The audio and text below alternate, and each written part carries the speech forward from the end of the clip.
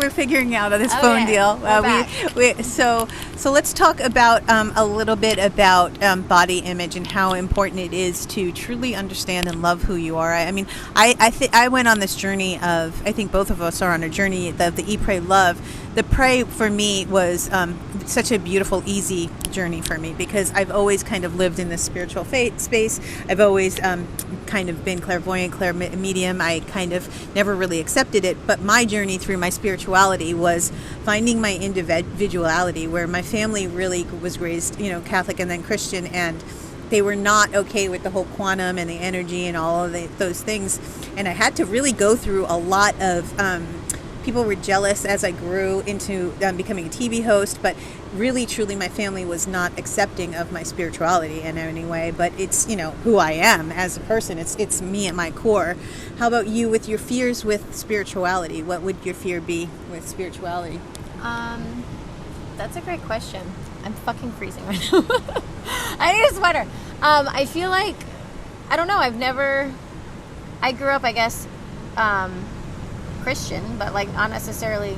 My dad's side was Catholic. My mom went to like Methodist church, so I think we went to Methodist church growing up.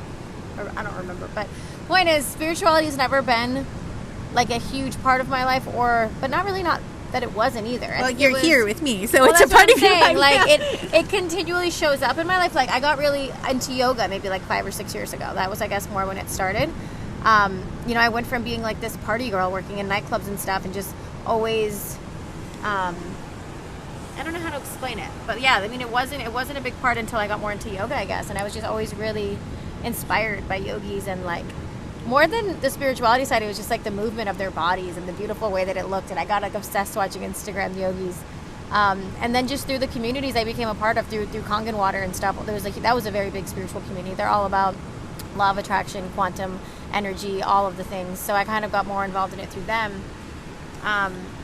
And then it just draws you to people like you. Well, technically, like Shelby is how we met, and Shelby I met through the Kangen community. So yeah, it's just when you go down this path, like you start to connect the dots, and the right people just come into your life because you draw them in, because that's just how it goes. But so you didn't answer the question. What was your biggest fear with spirituality? Oh, fear.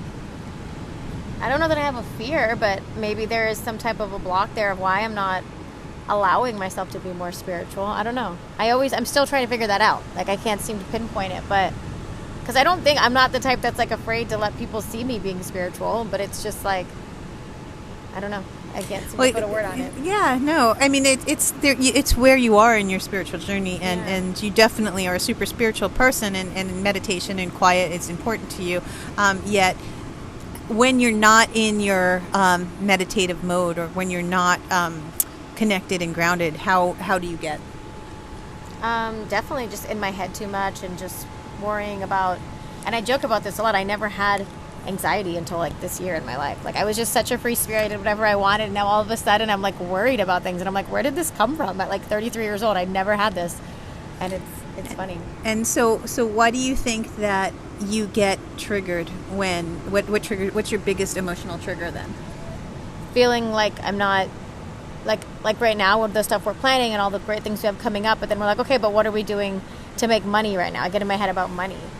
Yeah, for sure. So talk to me about that. So when you don't have money, you don't feel safe? Yeah.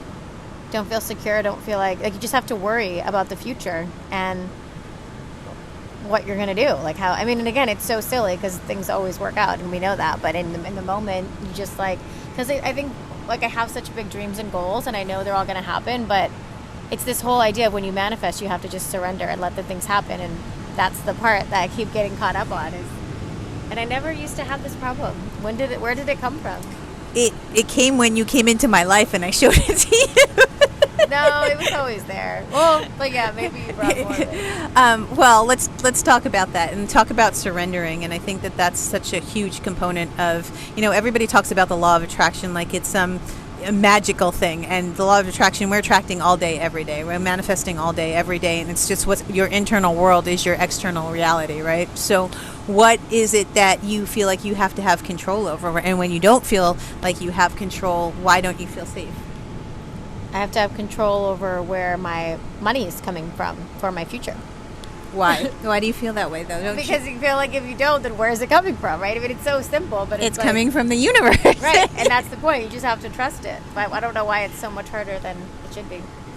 So you've surrounded yourself with great wealth, and you've also surrounded yourself where you've had to really struggle, right? And so what you feel that you know this, right? Because she's a quantum certified master practitioner, so she does know this stuff. She's gone through the trainings with me. Whether I practice it or not is different. Yeah. So surrendering to all that is, right? What does that even mean to you? Just complete trust in the universe and everything's going to work out, and that there's really ultimately no need to worry at all. And the more we worry, the more we're attracting in worry and negative thoughts. Yeah, well, that's exactly it. So let's talk love now. What is your biggest fear in love? I'm literally freezing. I need to go get my jacket. See how instantly she was like trying. No, this is what she say the entire time. I'm freezing. I'm trying not to be a brat, but it's literally. I'm getting my sweatshirt because I can't. So see, literally how we went to love. She literally. I knew she was going to say that. God forbid somebody be cold when just in time for a question.